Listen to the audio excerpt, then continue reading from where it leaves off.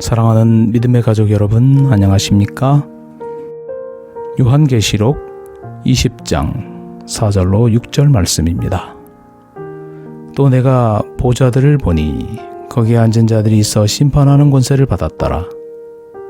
또 내가 보니 예수를 증언함과 하나님의 말씀 때문에 목배임을 당한 자들의 영혼들과 또 짐승과 그의 우상에게 경배하지 아니하고 그들의 이마와 손에 그의 표를 받지 아니한 자들이 살아서 그리스도와 더불어 1000년 동안 왕노릇하니 나머지 죽은 자들은 그 1000년이 차기까지 살지 못하더라. 이는 첫째 부활이라. 이 첫째 부활에 참여하는 자들은 복이 있고 거룩하도다. 둘째 사망이 그들을 다스리는 권세가 없고 도리어 그들이 하나님과 그리스도의 제사장이 되어 1000년 동안 그리스도와 더불어 왕노릇하리라. 의인들이 보좌에 앉아 사법적 권세를 가지고 행하는 이 1000년기 동안의 심판은 무엇을 의미합니까? 이 심판은 첫째와 둘째 부활 사이에 구속받은 성도들이 그리스도와 함께 1000년 동안 악인들의 기록과 형편을 면밀히 살펴볼 심판입니다. 그리하여 그들은 악인들을 멸망시키는 하나님의 공의를 완전히 납득하게 될 것입니다. 이들이 행하는 심판은 누가 구원을 얻고 잃어버릴 것인가를 결정하는 심판이 아닙니다. 이미 그런 결정은 났기 때문에 단지 사망당할 자들의 책들을 다시 살펴보는 일을 할 것입니다. 그들은 타락한 천사들까지도 살펴볼 것입니다. 그리고 심판에 실제적으로 참여하여 그들의 행위에 따라 형벌의 경중을 결정할 것입니다. 이 장면은 그분이 오실 때 그들이 마태복음 19장 28절 말씀처럼 12 보좌에 앉아 이스라엘 12지파를 심판하리라고 제자들에게 약속하신 그리스도의 말씀을 떠올리게 합니다. 사도 바울은 성도들은 악인만 심판하는 것이 아니라 천사들도 심판한다고 고린도전서 6장 2절로 3절에 지적했습니다.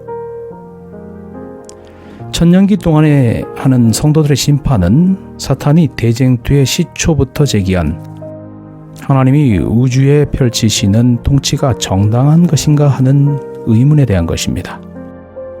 역사를 통해 사탄은 하나님의 성품과 그의 피조물을 부당하게 다스린다는 무수한 의문을 제기해왔습니다.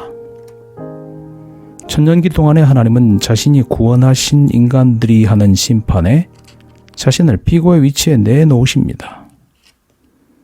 하나님은 부활한 성도들에게 멸망당할 악인들에 대한 하나님의 판결이 공평한 것이었는지를 심판하는데 필요한 하늘의 역사적 기록을 검사하도록 허용하십니다. 이 과정에서 고린도전서 4장 5절에 있는 말씀처럼 하나님은 어둠에 감추인 것들을 드러내고 마음의 뜻을 나타내십니다. 구속받은 성도들은 하나님께서 어떻게 그들 개인의 지상생애를 인도하셨는지에 대한 질문의 해답을 얻게 될 것입니다. 천년기가 끝날 때 하나님의 정당성에 대한 의문은 영원토록 완벽하게 해소될 것입니다.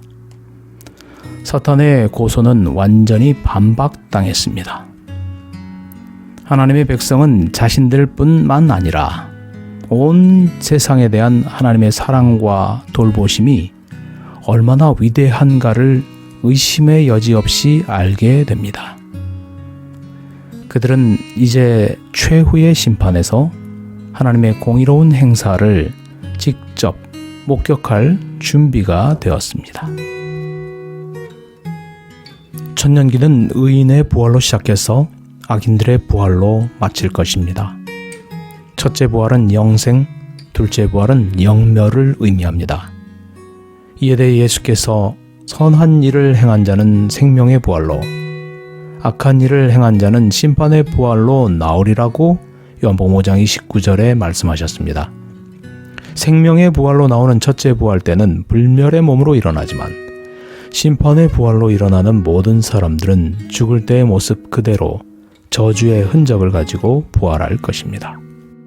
천년기 동안 그리스도와 더불어 왕노릇하는 첫째 부활에 참여하는 성도 되기를 소망합니다. 감사합니다. 행복한 하루 되세요.